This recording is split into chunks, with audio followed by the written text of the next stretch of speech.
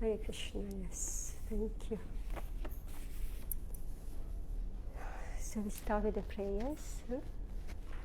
Om Namo Bhagavate Vasudevaya. Om Namo Bhagavate Vasudevaya.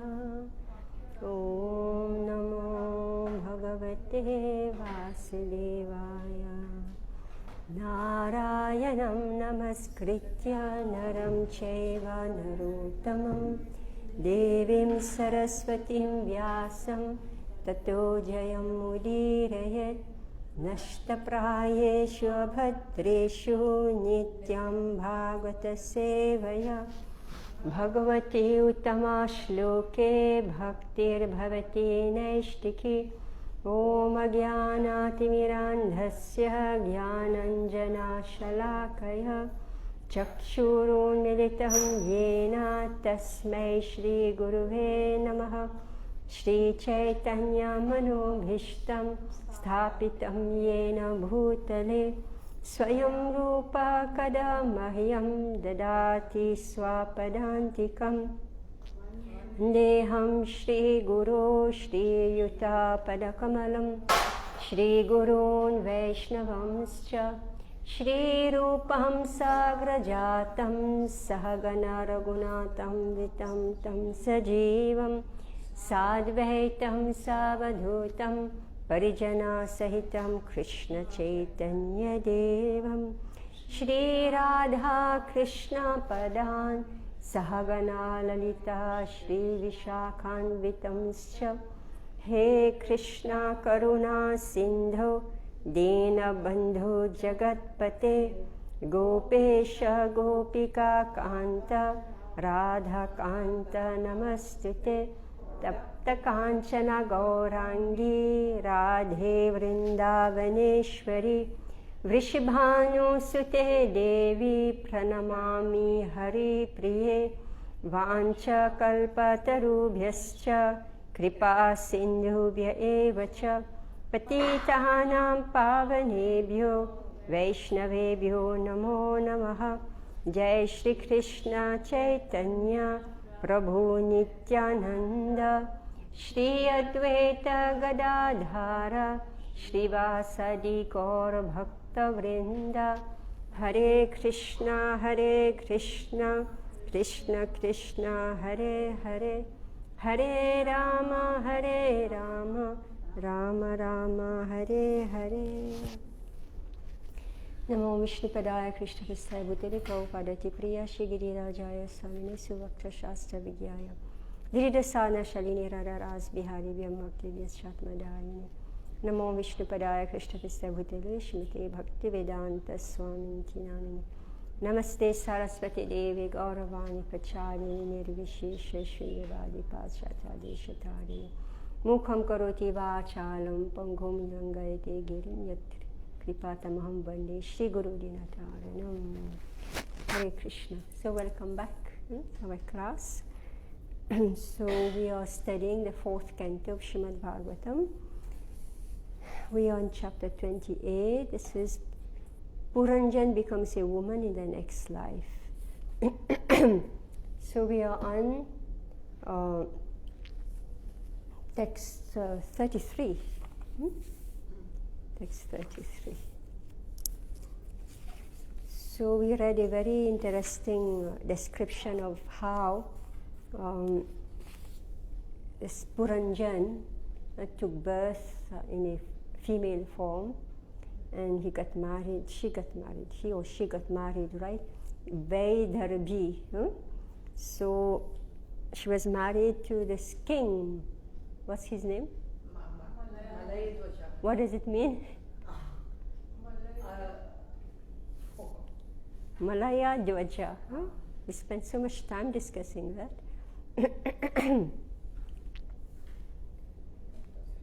We can't go a step further unless and until we remember all this. Malaya Dwaj. Like a hill. Like a hill form. And what was firm like a hill about him? He was very He makes other devotees similarly. Such a Mahamahagya. Yeah, so what is firm about him, Malay Dwaj? He's firm like mountains In what? in bhakti. Yes. All right. So by good luck, good luck also because even though he had done so many sinful activities, but he also had accumulated pious credit. So due to this, he was given birth in the house of a king, and he got married to this Mahabhagwat. And Malaya Dwaj means that because he himself is so firm, is able to make others become firm also in devotional service. Malaya Dwaj, all right? So then this, so then they gave birth to one daughter and many, 7 sons and many thousands. Okay, the sons of Maladwaj gave birth to many thousands of sons. All right. So what was? So the firstborn daughter of Maladwaj, who was she? She got married to Agastya. Remember, this is all an analogy. Who's Agastya? Agastya Muni. Spiritual master. Agastya Muni. What's about Agastya Muni? Please don't, pick and choose. Tell me exactly. Represents the mind. Yes, all right. So Agastya Muni is the mind, all right. So the daughter married Agastya Muni, and what is this? The daughter? What is she? What is she? This daughter?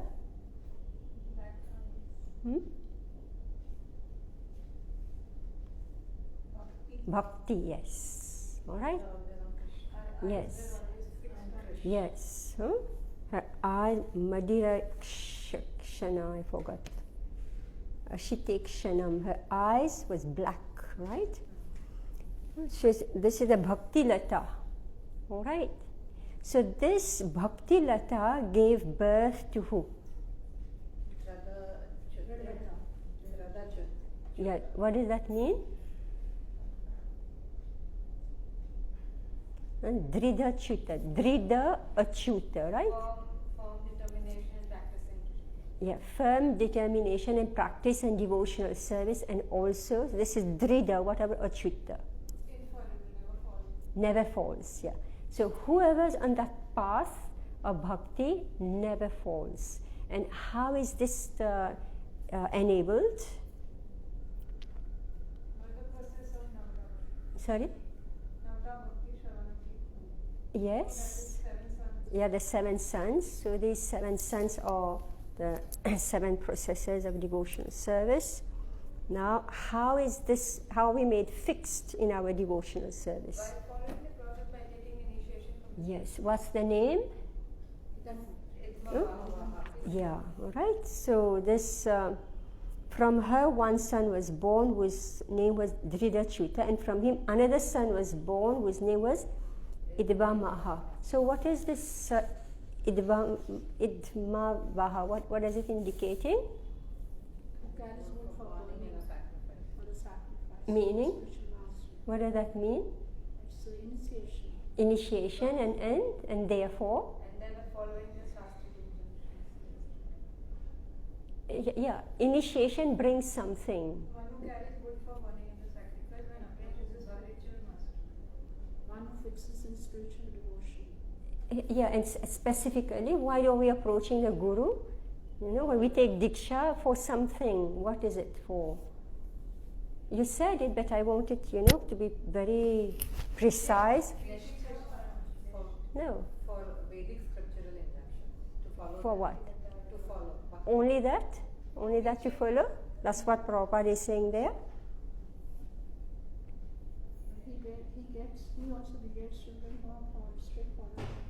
Yes, we accept Guru to become, so that Diksha meaning that we are approaching the Guru, and the result of it is that we become strict followers of scriptural injunctions. That's why we take Diksha. according to this passage. All right, and so that's why, like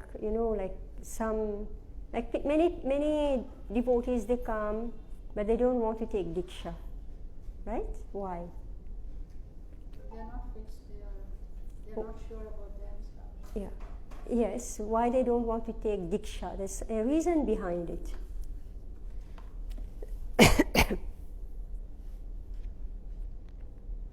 don't want to lose their independence. They are followers of Because they Vedic become scriptural completely surrendered. injunctions. They are the followers of Vedic scriptural injunction.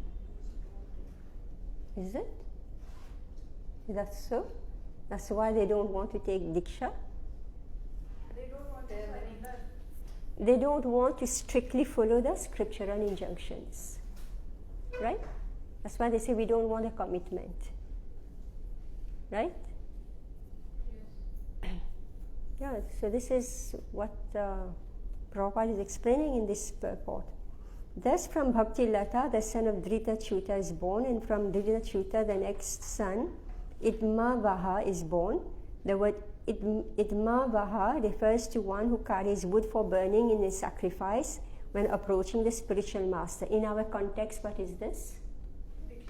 Initiation. When you take initiation. Yeah, what does initiation mean? See, we have to relate, the fire, that's burning in a sacrifice.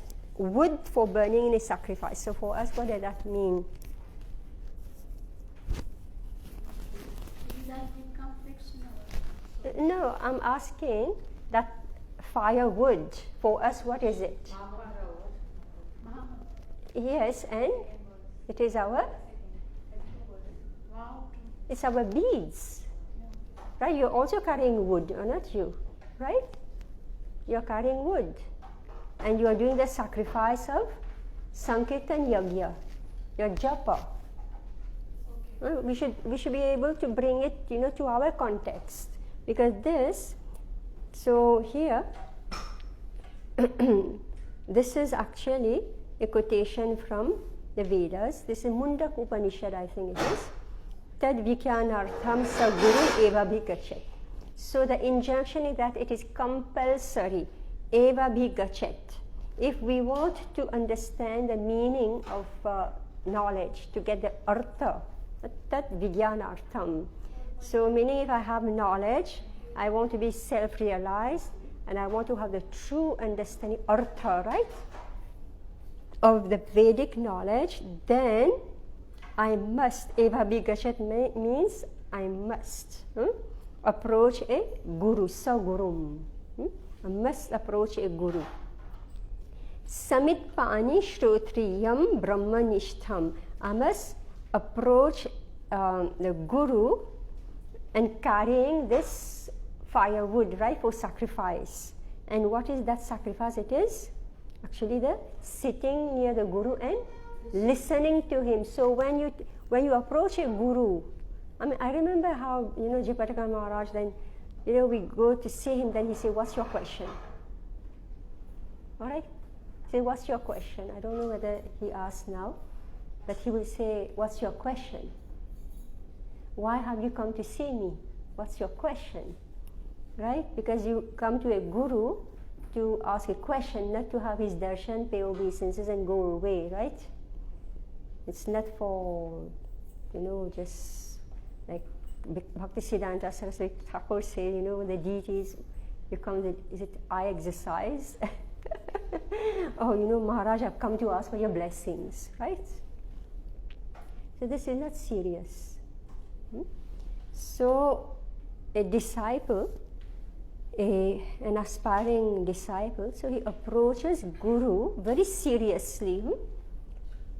So the word idmavaha refers to one who carries wood for burning in a sacrifice. I think vaha also means like fire. Fire, is it? One who carries wood for burning in a sacrifice when approaching a spiritual master. So again, approaching Guru means you're putting yourself on the altar of sacrifice. And what is that? What is it that you're placing on the altar of sacrifice?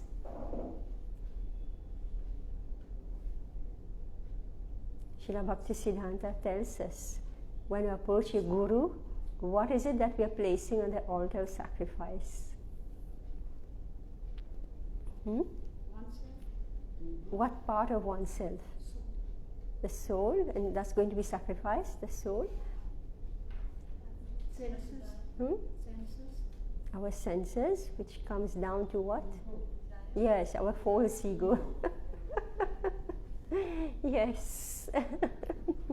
Our false ego is what we place on the altar of sacrifice, right? Because Guru is not going to spare us, right? And nobody will do it, but Guru will do it.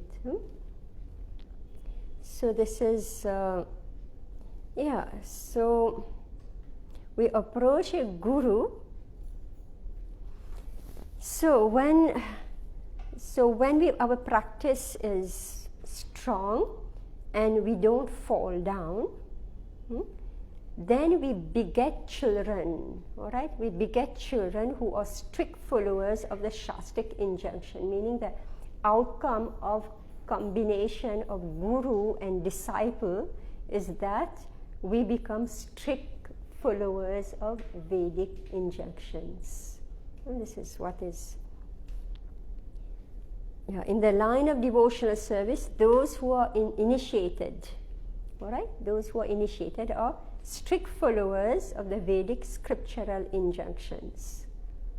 Meaning, if we are initiated, then we have to be strict, right?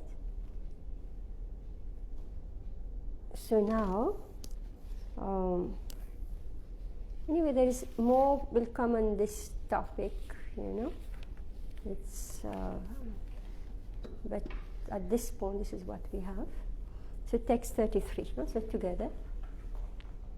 Vibhajatanaye bhyaksham rajarshil malaya dvajah ariradha yishu krishnam sajagama kulachalam. Yes, read. Who has the mic? Please switch it off when you are not reading.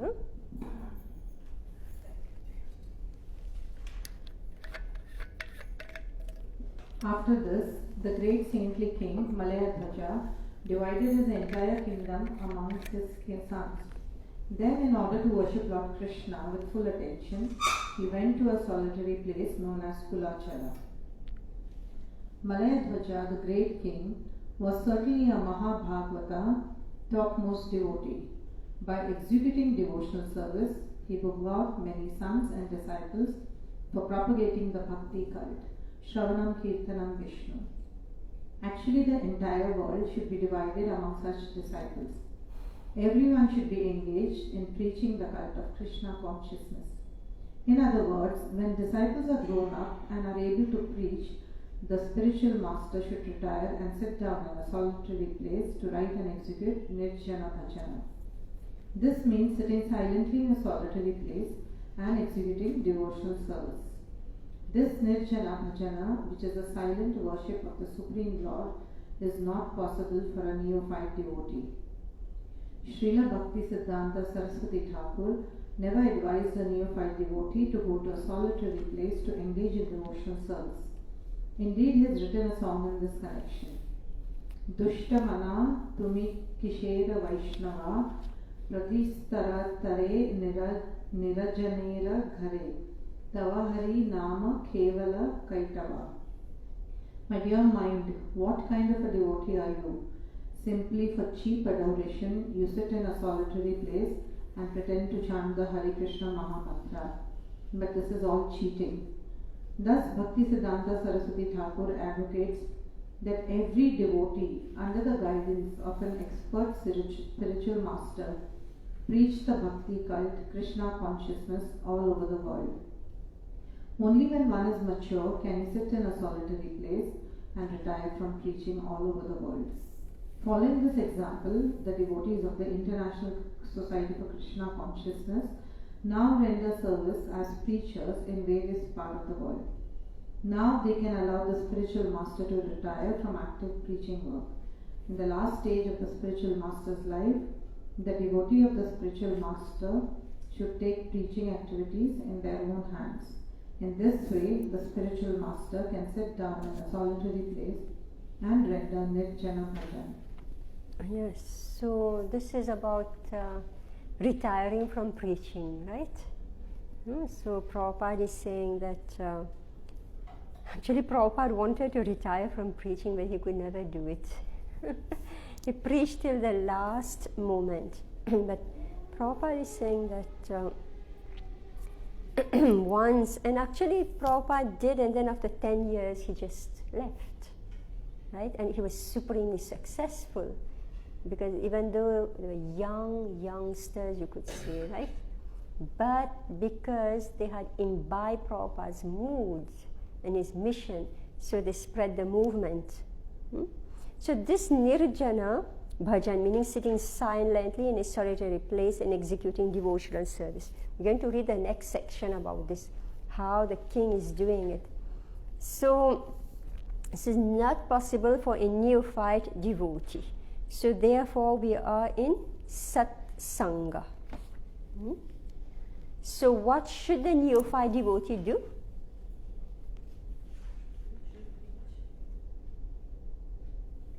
Yes? He should engage in preaching and Yes. Yeah. So the neophytes, all of them should be engaged in preaching. Text 34. Hitva grihan sitan bhogan vedar bhima direkshana anvadhavata panyesham jusneva rajanikaram. Translation. Just as the moonshine follows the moon at night, immediately after King Malayadhwaja departed for Kulachala, his devoted wife, whose eyes were very enchanting, followed him, giving up all homely happiness despite family and children. Purport. Just as in the Vanaprastha stage, the wife follows the husband, similarly when the spiritual master retires for Nirjana Bhajan, some of his advanced devotees follow him and engage in his personal service. In other words, those who are very fond of family life should come forward in the service of the spiritual master and abandon so-called happiness afforded by society, friendship and love. A verse by Srila Vishwanath Chakravarti Thakur in his Guru Ashtaka is significant in this regard. Yasya prasadat bhagavat prasadam. A disciple should always remember that by serving the spiritual master, he can easily advance in Krishna consciousness. All the scriptures recommend that it is by pleasing the spiritual master and serving him directly that one can attain the highest perfection stage of devotional service. The word Madirekshana is also significant in this verse. Srila Jiva Goswami has explained in his Sandarbha that the word Madira means intoxicating. If one's eyes become intoxicated upon seeing the deity, he may be called Madirekshana. Queen Vaidarbhi's eyes are very enchanting, just as one's eyes are Madirekshana when engaged in seeing the temple deity. Unless one is an advanced devotee, he cannot fix his eyes on the deity in the temple. Yes, so now what comparison is made here in the this situation? The king and the queen, what comparison is made? No, what comparison? What? service to Guru and Yeah, it is disciple and disciple Guru. and Guru. So the Vanaprastha stage is compared to when the spiritual master retires for Nirjan Bhajan. And how does he carry this out, this Nirjan Bhajan? Some of his devotees follow him. Yes, And engage in his personal service. yes. Some of his what type of devotees? Advanced devotees, all right? Advanced devotees. And then Prabhupada gives another injunction. What does he say? Who is to do all this? Who is to follow him? One who is fond of family life. Yes, meaning the householders. That's what we are reading here, right? The householders who are attached, right? Prabhupada is saying to society, friendship and love. So why? Why this injunction given? So that we get detached from Yes, yeah. So Prabhupada is saying that they should come forward in the service of the spiritual master. Actually, all our gurus are now, they can't travel, they are sick. So here, Prabhupada is putting this in the Bhagavatam, that we should come forward instead of going to see our sons and grandsons, right? What we should do, we should go, right, and meet our guru and offer some seva, right? And if we just go on holiday, spending, squandering money, right? For what's that? Society, friendship, and love. Better we compile, all our time and go and serve Guru. Yes. So Prabhupada is saying a disciple should always remember that by serving the spiritual master, he can easily advance in Krishna consciousness.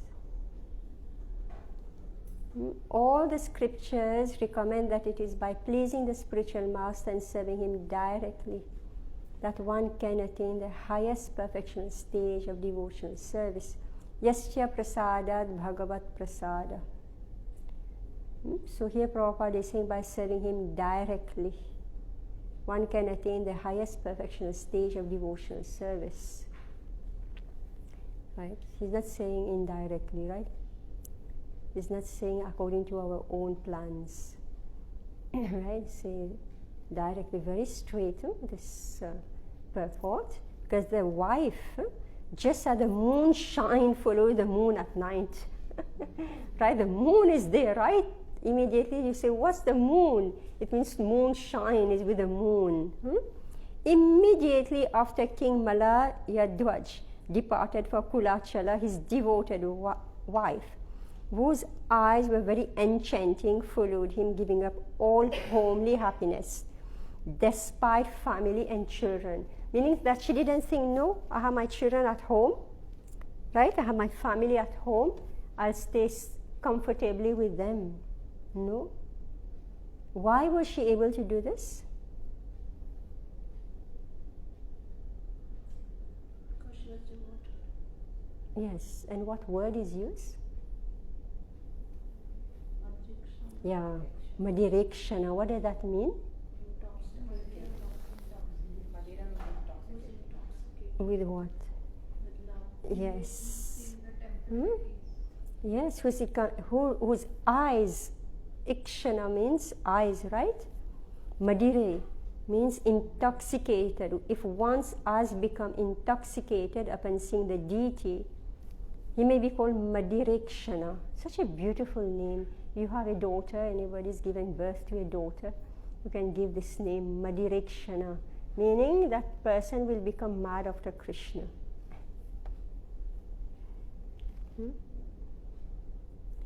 And Prabhupada is saying that unless one is an advanced devotee, he cannot fix his eyes on the deity in the temple. The other day, I was Guru Puja time, and after we had a kirtan, So, as usual, we are chanting, and then, so the temple was completely packed. All the congregation were there, and I don't know what happened. Suddenly, I thought that I'm hearing a huge chorus, male voices, and why I'm not hearing the female voices, Like, I found that very peculiar, that I'm on the women's side, right? Meaning I should be hearing, the female voices, but why is it that I'm hearing the male voices? So I turned, first time I turned around and I started looking. I found the women are not chanting. All right? I'm just saying this so that you're aware of it, and if you are guiding others, then you make them aware of it. They were not chanting. Or they're chanting very like softly or something, whatever. So in one of my class on Sunday, I mentioned this, there were 4 or 5 girls were there, and I mentioned it. And I said, what's the problem? What are you doing? We are absorbed in the dancing. All right? so I say it is not a cultural program, right? It's not a cultural program, right? First, you focus on the deities. This is your first duty, right? But here Prabhupada is saying, unless one is an advanced devotee, he cannot fix his eyes on the deity in the temple. So we get distracted, right? So we want the circles, and in the circles you don't look at the deities, you look at yourselves, right? So here Prabhupada is giving, so meaning that when we are having kirtan, right, we are looking for the objects of our call, right? Hare Krishna, Krishna Krishna, Hare Hare, Hare Rama, Rama Rama, Hare Hare, right? We are looking for the object of our call. So now, I see even, everywhere now they sit in circles around the kirtan leader. So who is the object of your meditation? Is it a singer, right? Or is it the Supreme Lord? So these are crucial details in your hearing and chanting. And this is something that's very recent. I haven't seen this before. So maybe because we've been under lockdown for so long, we were small groups, so I would easily hear, definitely we hear the devotees singing. But now with the, temple packed and zero female voice. I was curious what's going on, and I asked, yes, Mataji, we are dancing. Right? So, I remember Madhava, the famous singer. So Madhava, he told us, he said that how, when he was learning, when he was sitting with Ayendra Prabhu, who was training, all those boys around him. So he said he wasn't singing. See, I didn't even realize it. So they sit in circle around the kirtan leader, right? And they're playing the mridanga or whatever they're doing, and they don't sing. So Ayendra Prabhu said, you sing. You are not an accompaniment. You're not an instrument accompaniment. You are part of the kirtan, right? So meaning it's a call and response. So now this is, okay, yeah, we dance, but the primary activity is the chanting, and it is seeing the deities. This is what Prabhupada is saying here. But there is a problem, because we are not advanced, so after some time we want to move off, right? So we can't hold our attention, on this darshan. But if our eyes become madira, ikshana, then this is what we want. See the beauty of the deities. I remember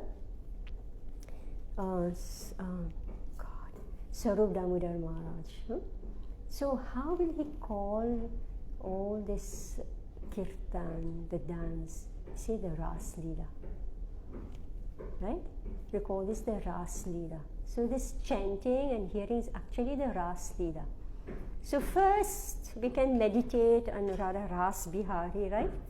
With the Sakhis. So in our mind we can visualize this Ras Leela. Then when we perform our own dance, then we can continue with that meditation, that we are part of the Ras Leela. So all these valuable instructions have been given to us by our gurus, and they are passing on. They are not here anymore to remind us of it. It's almost like a past era, but Prabhupada has written it in the books. So that's why we must study scrutinizingly the instruction given in the book. Now text 35-36. Tatra Chandra Vasanama Tamrapani Patodaka Tat Punya Shalile Nityam Ubhayatrat Manumrijan Kandasti Bhirmula Phale Pushpa Pane Strinodakehe Vartamana Shani Gatra Karshanam Tapa Ashtitaha. Translation. In the province of Kulachala, there were rivers named Chandravasa, Tamrapani, and Vatodaka. King Malayadwaja used to go to those pious rivers regularly and take his bath there. Thus he purified himself externally and internally. He took his bath and ate bulbs, seeds, leaves, flowers, roots, fruits, and grasses, and drank water. In this way he underwent severe austerities. Eventually he became very skinny. We can definitely see that to advance in Krishna consciousness, one must control his bodily weight. If one becomes too fat, it is to be assumed that he is not advancing spiritually. Srila Bhaktisiddhanta Saraswati Thakur severely criticizes fat disciples. The idea is that one who intends to advance in Krishna consciousness must not eat very much. Devotees used to go to forests, high hills or mountains on pilgrimages, but such severe austerities are not possible in these days. One should instead eat only prasad and no more than required. According to Vaishnava calendar, there are many fasts such as Ekadashi and the appearance and disappearance days of God and his devotees. All of these are meant to decrease the fat within the body so that one will not sleep more than desired and will not become inactive and lazy. Overindulgence in food will cause a man to sleep more than required. This human form of life is meant for austerity, and austerity means controlling sex, food intake, etc. In this way, time can be saved for spiritual activity, and one can purify himself both externally and internally. Thus, both body and mind can be cleansed. Yes, so now Prabhupada is speaking about eating less. So, devotees used to go to forests, high hills or mountains and pilgrimages. That's their vanaprasths, right? So, now Prabhupada is saying for us, in this age we don't do all this, but what do? Just put it ahead, is it okay? So that it reaches. Alright, yeah, okay. But don't.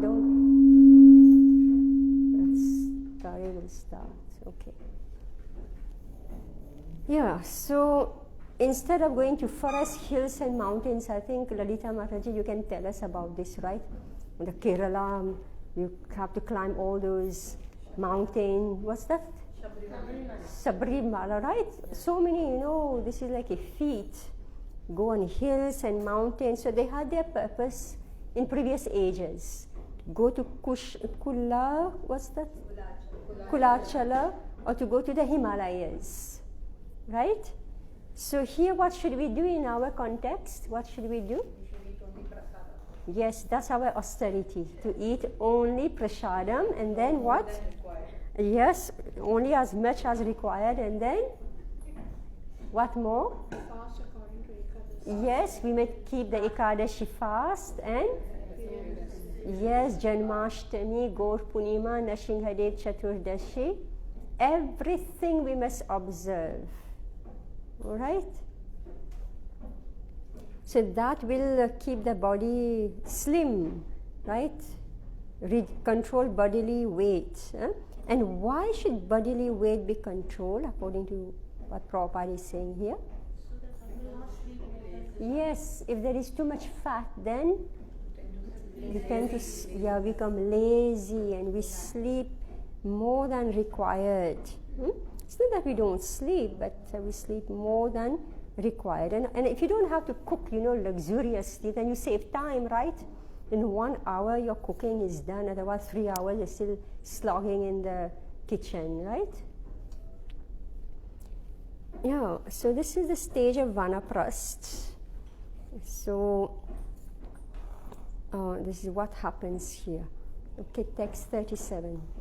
Shitoshna vata varshani kshutpipase priya priye sukha dukkhe ti dvandvanvi rajayat samadarshanaha. Translation: through austerity, King Maladhwaja in body and mind. Do you want to use the mic? It's not coming? Hare Krishna. What happened? It's on there. It's coming? Yeah. Translation: What happened? can you hear me? No, it's not on. Hare Krishna. Yeah. Translation: through austerity, King Maladhwaja in body and mind gradually became equal to the dualities of cold and heat, happiness and distress, wind and rain, hunger and thirst, the pleasant and the unpleasant. In this way, he conquered all relativities. Purport by Srila Prabhupada: liberation means becoming free from the relativities of the world. Unless one is self-realized, he has to undergo the dual struggle of the relative world. In Bhagavad Gita, Lord Krishna advises Arjuna to conquer all relativities through tolerance. Lord Krishna points out that it is the relativities like winter and summer that gives us trouble in the material world. In the winter, we do not like taking a bath, but in the summer we wish to take a bath twice, thrice or more a day. Thus, Krishna advises us not to be disturbed by such relativities and dualities when they come and go. The common man has to undergo much austerity to become equipoised before dualities. One who becomes agitated by the relativities of life has accepted a relative position and must therefore undergo the austerities prescribed in the Shastras to transcend the material body and put an end to material existence. King Maladhwaja underwent severe austerities by leaving his home, going to Kulachala, taking his bath in the sacred rivers, and eating only vegetables like stems, roots, seeds, flowers and leaves, avoiding any cooked food or grains. These are very, very austere practices. In this age, it is very difficult to leave home and go to the forest or the Himalayas to adopt the processes of austerity. Indeed, it is almost impossible. If one is even advised to give up meat eating, drinking, gambling and illicit sex, one will fail to do so. What then would a person do if he went to the Himalayas or Kulachala? Such acts of renunciation are not possible in this age. Therefore, Lord Krishna has advised us to accept the Bhakti Yoga process. Bhakti Yoga will automatically liberate a person from the dualities of life. In Bhakti Yoga, Krishna is the center and Krishna is always transcendental. Thus, in order to transcend dualities, one must always engage in the service of the Lord as confirmed by Bhagavad Gita 14.26. Mam javo avyabhicarena bhakti yogena sevate saguna samatidyetan brahma bhuyaya kalpate. One who engages in full devotional service, who does not fall down in any circumstance, at once transcends the modes of material nature and thus comes to the level of Brahman. If one is factually engaged in the service of the Lord, Bhakti Yoga, he will automatically control his senses, his tongue and so many other things.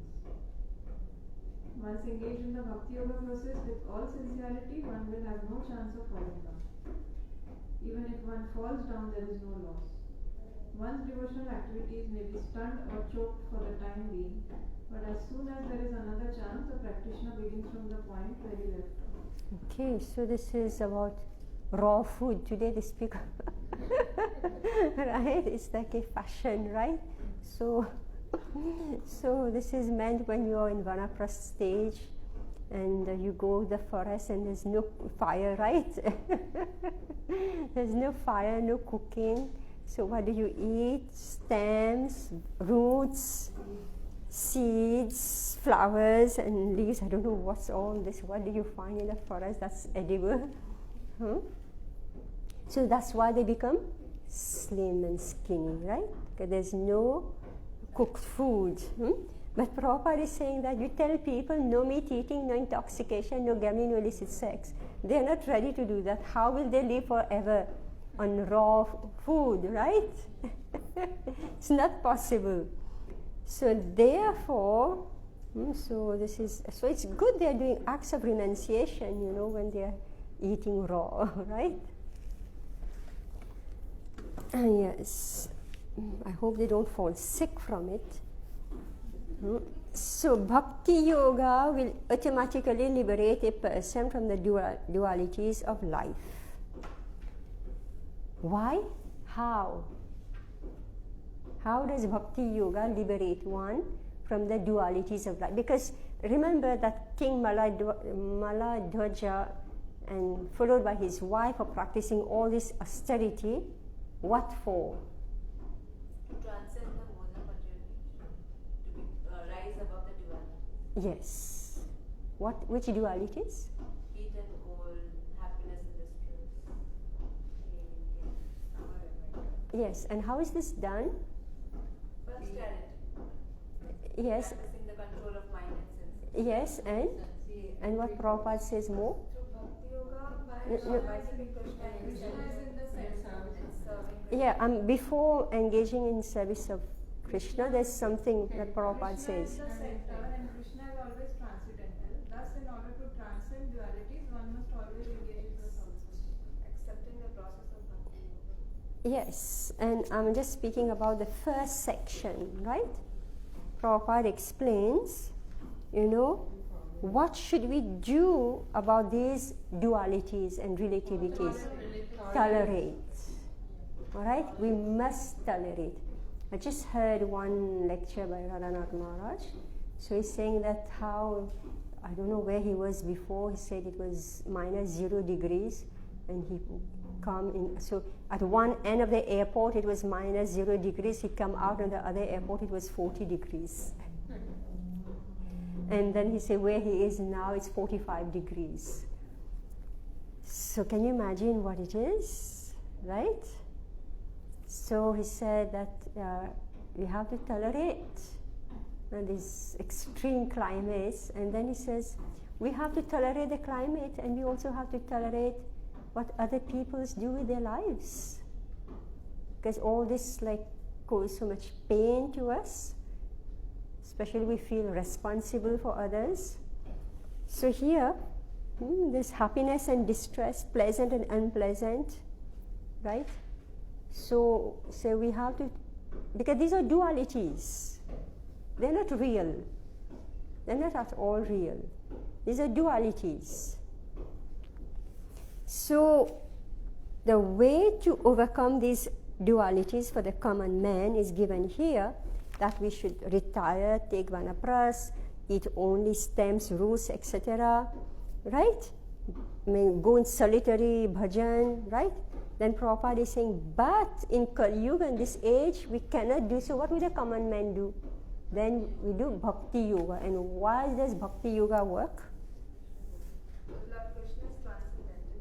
If we are in touch with him, if we serve him, we can transcend. Yes, so Krishna is the center of your activities, right? Whereas the other one is just tolerating. Here it is making Krishna the center of your activity. So that's why, we're speaking about getting absorbed in seeing the beauty of Radha Ras Bihari, right? Because all this, absorption in each other is very temporary, isn't it? Whatever happiness we may be deriving from, dancing among ourselves, this is very temporary. But what will stay fixed in the consciousness, the subconsciousness, the heart, is the beauty of Radha Ras Bihari. Because this is real, right? This is real. I remember how suddenly I was dancing very nice in the kirtan, and then I went out somewhere. I came out from the rickshaw, I couldn't walk. I said, what has happened? I had no idea at all that my foot was sprained. It took almost 2 years to cure this, and I could never dance again. Right? I could never dance again in Kirtan. That's many years back.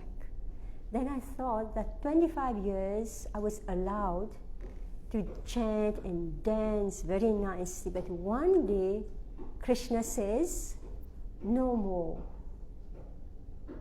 right? So it's very temporary. Then I had to remember Prabhupada's dancing. Very simple, very, very simple. I can't jump.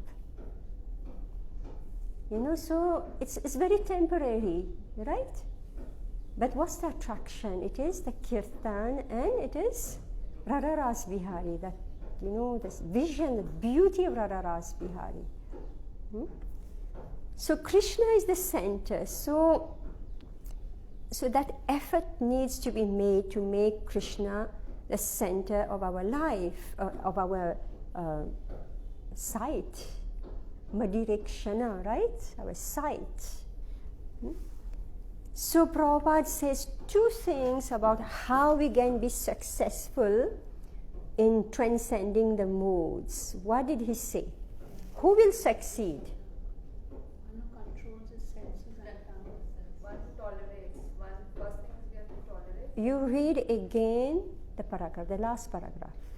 Prabhupada quoted Mam Chayo Vyabhicharena Bhakti Yogena Seva. He says he will never fall down.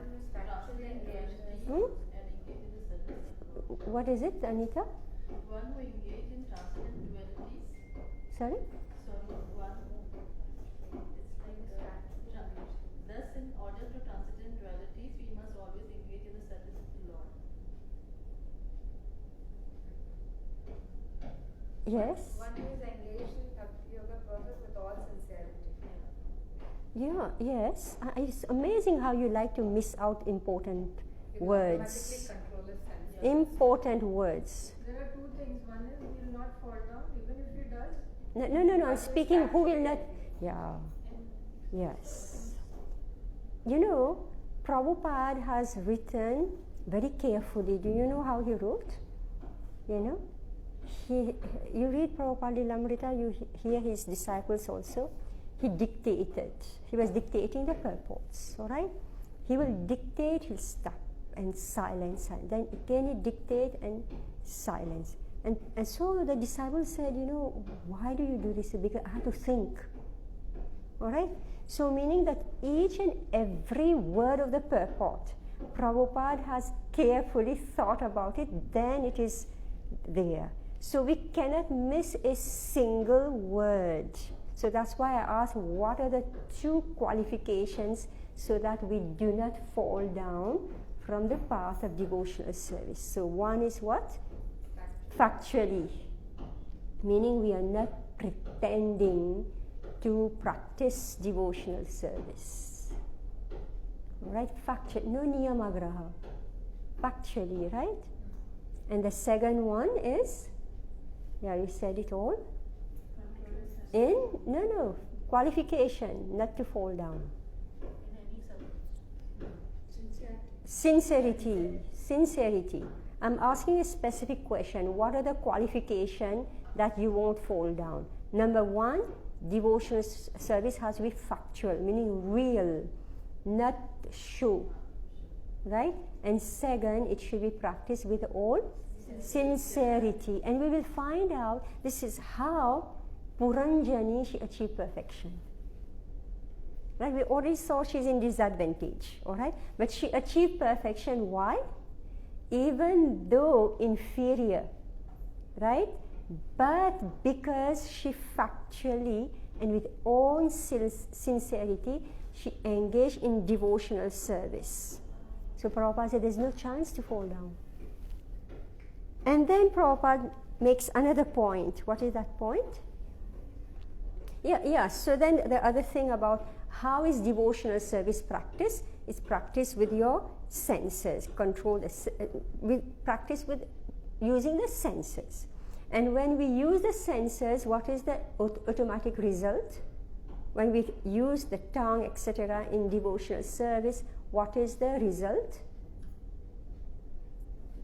First, I'm speaking of the control, yes. The tongue, eyes, everything gets controlled, right?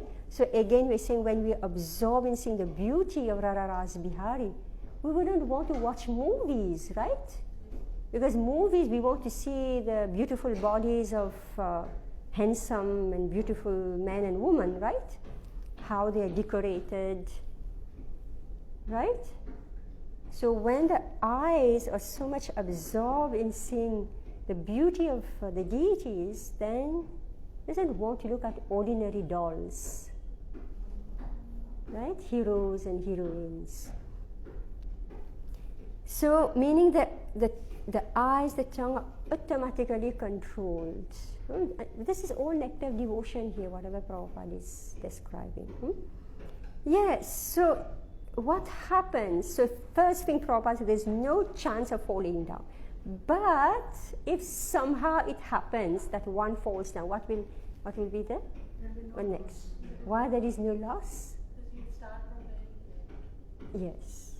Which verse from Bhagavad Gita is this? Yes. Yes. Yes. Chapter? 2.40. Alright? There's no loss or diminution in this practice. Even a little advancement will save us from the greatest danger.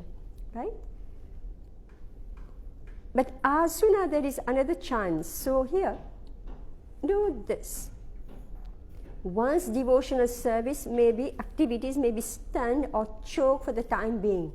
So somebody may go away. He's taken Diksha. You see what happened to Puranjan, right? He took Diksha. He committed sinful activities. And then he came back, to his intelligence. He's asking so many things, so many questions. He's like going back and forth, should I engage in this sense gratification or not? Vishaya Sangara, the war, and maybe he fell again, so that's how he became Puranjani, right? But we can see in his own history how, when he got the opportunity, again he picked up. Here's the example, right? He again picked up. The practitioner, so as soon as there is another chance, so when he came in touch with the Mahabhagavat, again he begins from the point where he left off. This is the history, our own history, right? The history of our soul, traversing in this material world. Okay, text.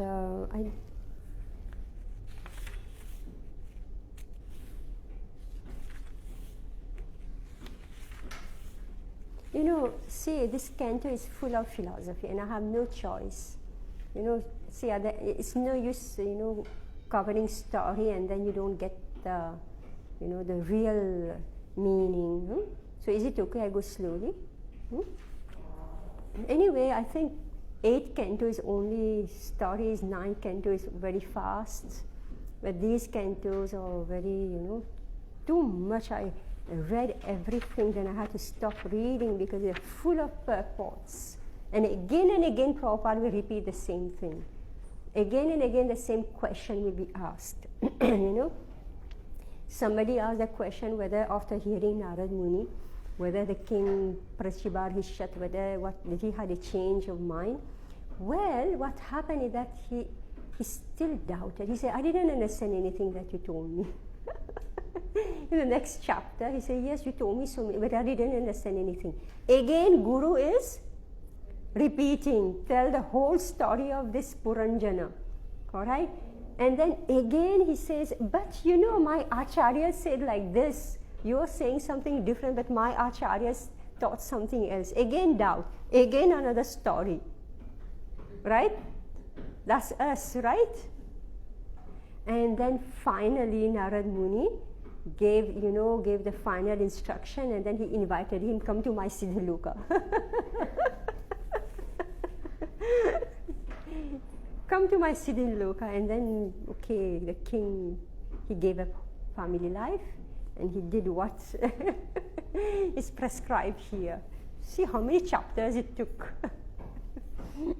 So much preaching. How much time you would have taken? Yeah. So now text 38. Tapasa vidyaya pakvaha kasayo niyame yamehe yuyuje brahmanyatmanam vijitaksha nilashayaha. By worshipping executive austerities and following the regulatory principles, King Malaya connected his senses, his life and his consciousness. Thus he fixed everything on the central point in the Supreme Brahman, Krishna. Whenever the word Brahman appears, the impersonalists take this to mean the impersonal effulgence, the Brahma Jyoti. Actually, however, Param Brahman, the Supreme Brahman, is Krishna, Vasudeva. As stated in Bhagavad Gita 7.19, Vasudev Sarvan Iti. Vasudeva extends everywhere as the impersonal Brahman. One cannot fix one's mind upon an impersonal sankar. Bhagavad Gita 12.5 therefore says, Klesho Diksha Dikha Taras Tesam Avyakta Satta Cheta Sat. For those whose minds are attached to the unmanifested, impersonal feature of the Supreme, advancement is very troublesome. Consequently, when it is said herein that King Maladhvaja fixed his mind on Brahman, Brahman means the Supreme Personality of Godhead, Vasudeva. Yes, so here Prabhupada is saying that Vasudev Sarvamiti, so this Supreme Brahman is first Vasudeva exists and then comes the Brahman, right? But the impersonalists, they take the Brahman as the Brahma Jyoti and they just delete, Vasudeva from the picture. All right.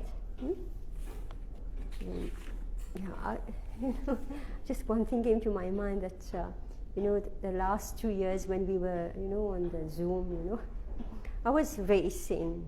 I was really racing because, tell you frankly, I was I didn't have the patience to do what I'm doing here, this exercise. Because here I'm meeting you, I'm seeing you, and maybe you're not upset if I'm little strong and I'm, because I get impatient, it's like rereading,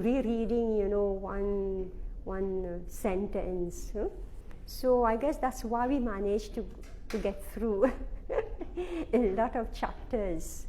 But now that I'm with you, okay, maybe I'm impatient, but still I'm saying, no, we should pull out the answers we should read carefully. So I'm trying to pull it out. But we can't read,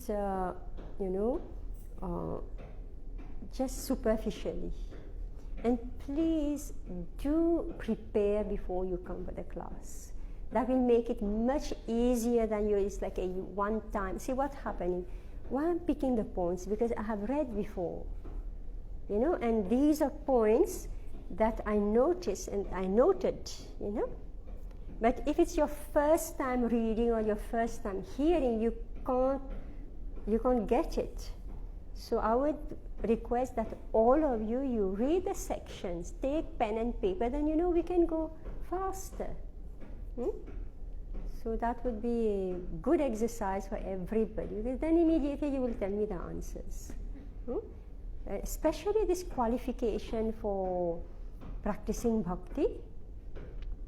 At the end of it all, it is not your accumulated punya, it is not this, it is not that. Finally, Srila Rupa Goswami writes, it is your sincerity. How fast somebody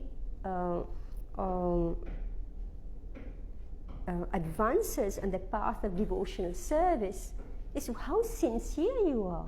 So sometimes a devotee may be weak, may be addicted to so many sense gratification, but he's got that sincerity of purpose. There's that story of this one devotee, disciple of Prabhupada. He was addicted to smoking, I think, And he was really struggling.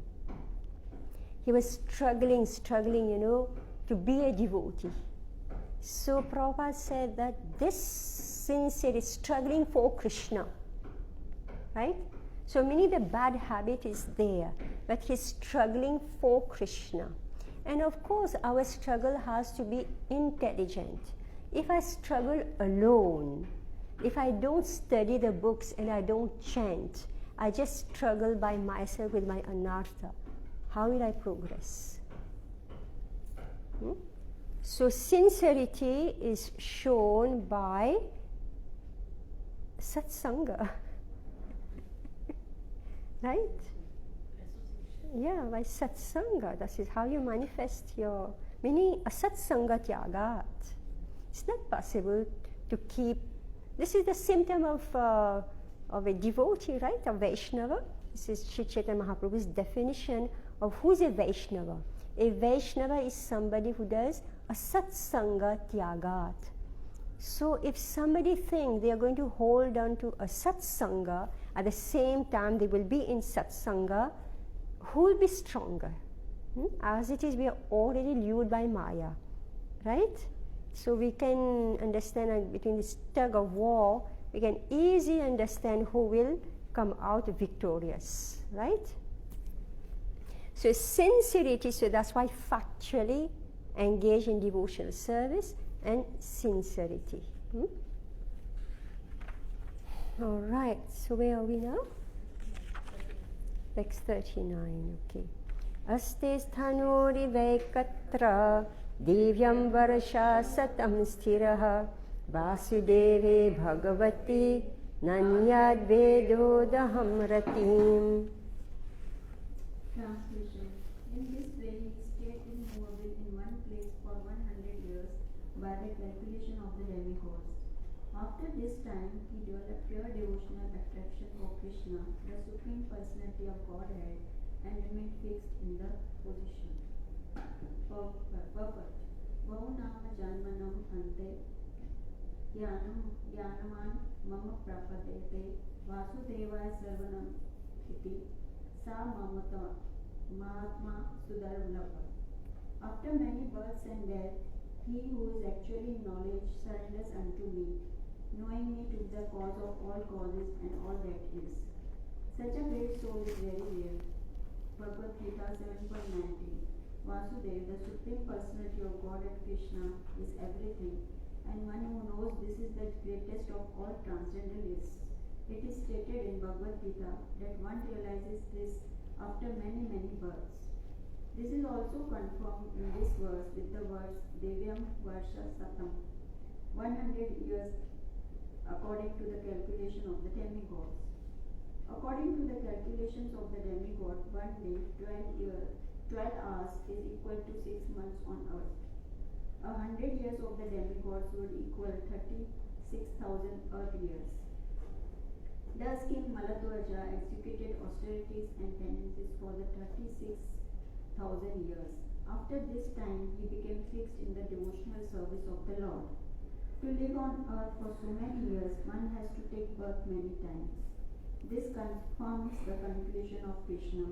To come to the conclusion of Krishna consciousness and remain fixed in the realization that Krishna is everything, as well as render service unto Krishna, are characteristics of perfectional stage. As said in Chaitanya Charitamrita Madhya Lila 22.62, Krishna Bhakti Kelis Sarva Karma Karte Gaya. When one comes to the conclusion that Krishna is everything by worshipping or by rendering devotional service unto Krishna, one actually becomes perfect in all aspects. Not only one must come to the conclusion that Krishna is everything, but he must remain fixed in this realization, and this is the highest perfection of life, and it is this perfection that King Maladwaja attained at the end. Yes, so how long does it take to become Krishna conscious? 36,000 years. What does that mean? Yes, Prabhupada is saying that after many, many births, that we become fixed in devotional service. And what is that fixedness? What does it mean you have become fixed? In Sanskrit, what is this word fixed? Nishtha. Yes. So when we come to that stage, how is it defined that I'm fixed? What am I fixed in? The knowledge that Krishna is everything. Vasudeva. Yes. First thing that Krishna is everything, then secondly? Yes. That's why whoever is doing seva for Krishna means they have become fixed in devotional service. Otherwise you can't do. All of you are doing service. And so meaning you are advanced sufficiently. Otherwise you won't do service. We have saved 36,000. Yeah. Oh my God. Well, from previous birth, right? So many thousands of years. Yes. Now, what is that realization that King Maladwaj will achieve? 40. Let me see. Okay, we'll stop here because this is another section. This is another section, and you have to take a few verses to complete this. Okay.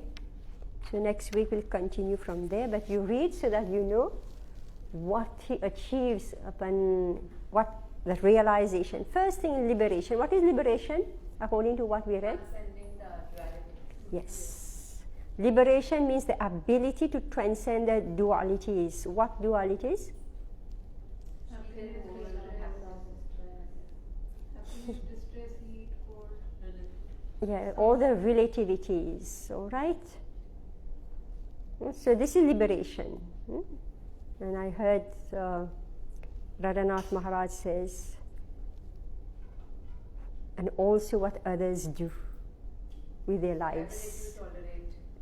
Yeah, we have no control over the climate. Similarly, we have no control over what others do with their lives, right? But they cause us happiness and distress, right? So this is liberation stage. I hope we all want this, right?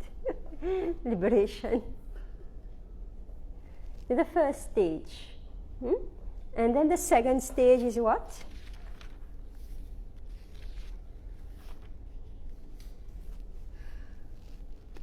It's not the ultimate, right? To just tolerate, and what's the second? Become sincere. Be sincere in practice. Sorry?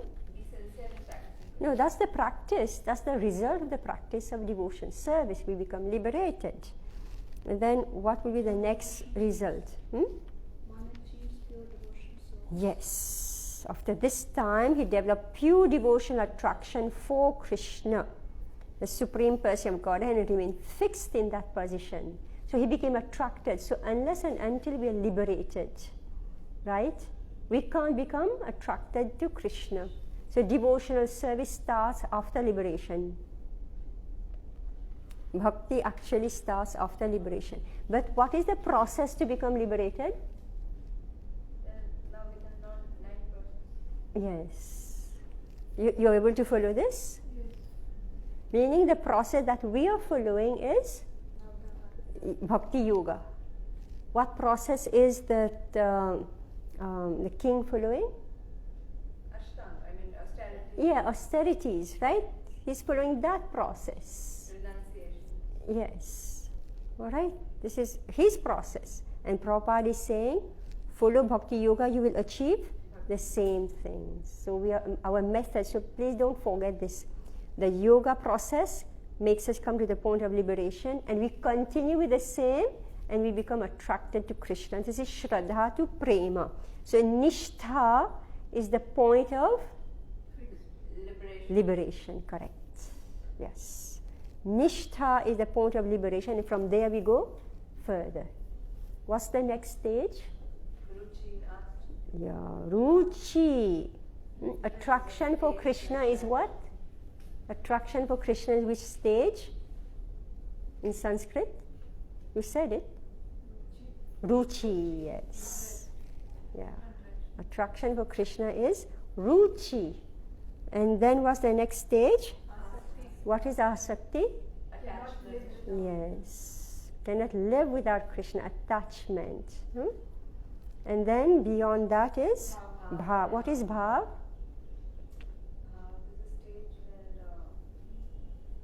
This is a stage where you develop different emotions while chanting. You develop the taste. You develop taste in chanting, basically. That You this chant is more. well, taste is Ruchi. Ruchi, but you develop emotions for Lord Krishna. Yeah. Yes. Yes, the relation, the emotions. And at that stage, what do we want? What do we want at the stage of Bhava? We want to achieve Krishna. Then the material world is left behind. Stage of bhava, the only thing we want is Krishna. So the next section is very interesting. Very, very interesting. You see how this chapter, by Prabhupada's grace actually, you know, if you just know purport, it doesn't mean any sense to you. You only think of firewood, right? In fire sacrifice. Right?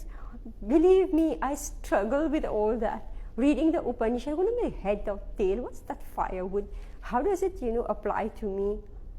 You know, reading and hearing, you know, so many devotees explaining, then I could understand. That's why I'm telling all of you.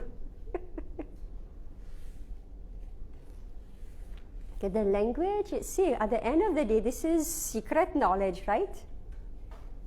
You know, like how many people are listening to Bhagavatam? How many people want to attend Bhagavatam? Right?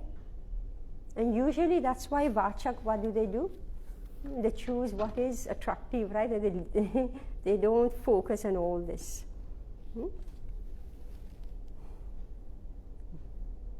So we come, we listen, then say we don't want to listen. So we stop coming for Bhagavatam classes.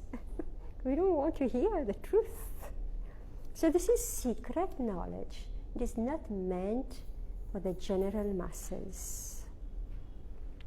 Rahasya, right? Huh? Yes. So we should not be surprised when satsanga are small. Should not be surprised at all, because bahunam janmanam ante, right? Somebody becomes attracted and becomes fixed. Right, so this is secret knowledge. So therefore we have to read very carefully. In Prabhupada's grace that he's explaining and demystifying all those verses. But anyway, after some time, after you have read all the purports very carefully, when you will read the verses, you will understand. Because like Bhagavad Gita must be easy for all of you now, right? Before I couldn't make head or tail of Bhagavad Gita. Now it's easy. Just reading, you know, the verses you can understand. Same with Bhagavatam. So if you read carefully like that by Prabhupada's grace, you know, after some time, some years, you will just read the shloka, you will understand. Because you are able to, you know, see each and every different. And when we don't, we just look at the purport. You forget. That's why mentioned here, what's idva maha? What's the meaning of? No. Idma vaha, what does it mean?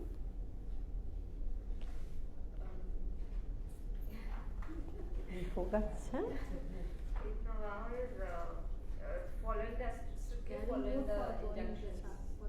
Shastric injunctions. Initiation followed by strictly following the Shastric. The result of initiation is what?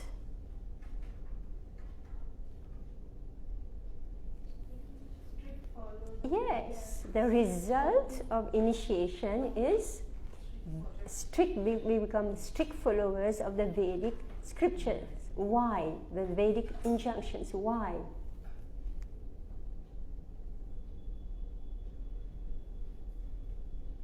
Why do we become strict followers? This whole section is talking about this. Why? Because the vow is taken. Sorry? You take a vow. Just because of the vow? Because of knowledge. Right? Factual knowledge.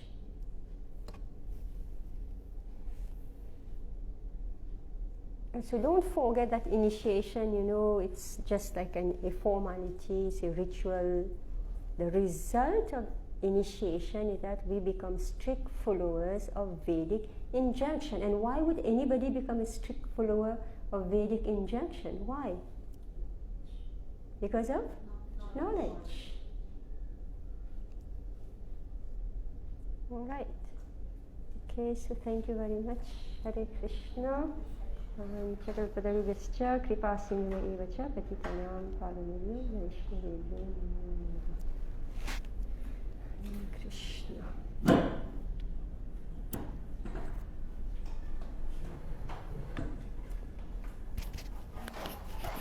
Very intense, isn't it? All this is very, very intense.